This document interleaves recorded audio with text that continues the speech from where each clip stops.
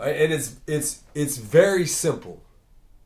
Judges, just like everyone else, operate under a system of rules. There's things that can be done and things that cannot be done. And the reality is that without a body to say you can't do that, judge, just like any other human being, you should expect that they would form the belief they can do whatever they want. And this is why this judgment right here is illustrative, is because what you can't do is what this judge did, which is I got a judge on May 12th of 2015 to sign an order allowing my client's bond forfeiture to be rescinded and his case placed back on the docket.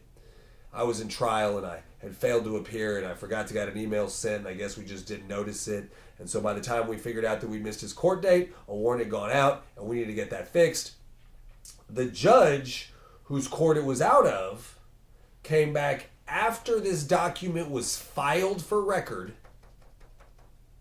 and the following day, on the 14th, writes denied and signs her name over a filed order.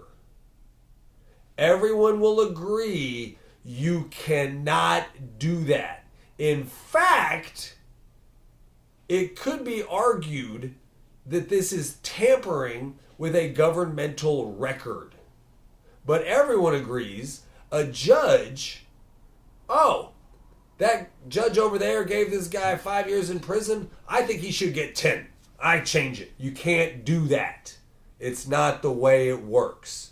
So that brings us to this case where this individual had two separate DWIs that his lawyer worked out a deal where he would get 75 days in jail but get credit for the time that he spent in a treatment facility doing some form of alcohol rehab. But whatever it was, the judge agreed this guy was going to get credit for that time.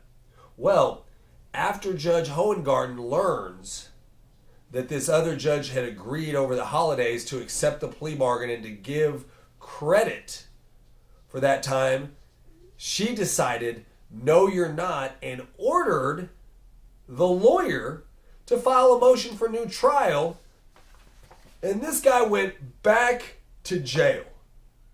And I don't know what's worse, the fact that the guy had to go back to jail or that the lawyer actually filed the motion. Obviously, you know what my answer would be if I was the lawyer representing this guy and the judge says, you're going to file a motion for a new trial. No, you're just going to put me back in jail. I'm not going to sit there and let you push me into doing something adverse to my client's interests. But the reality is, again, in Travis County, since there is no body to say, Judge, you can't do that, what you should expect to see and what we do see is judges that say, we can do whatever we want. So these judgments are now sitting in front of the State Commission on Judicial Conduct. And they, in their February meeting, are going to be reviewing whether to reopen this case. I'm hoping that they do, and in the interim, I'm hoping that all of you who are actually interested in the idea of substantial justice and that you can't let magic Travis County Democrats be of the opinion that, they're doing God's work and we're just going to trust them and let them do whatever they want. If you're against that, then share this, because it's the only hope we have. You're not going to see mainstream media pushback. Thank you. I'm Adam Thomas King, Blackwell Reposa, stiffasslawyer.com.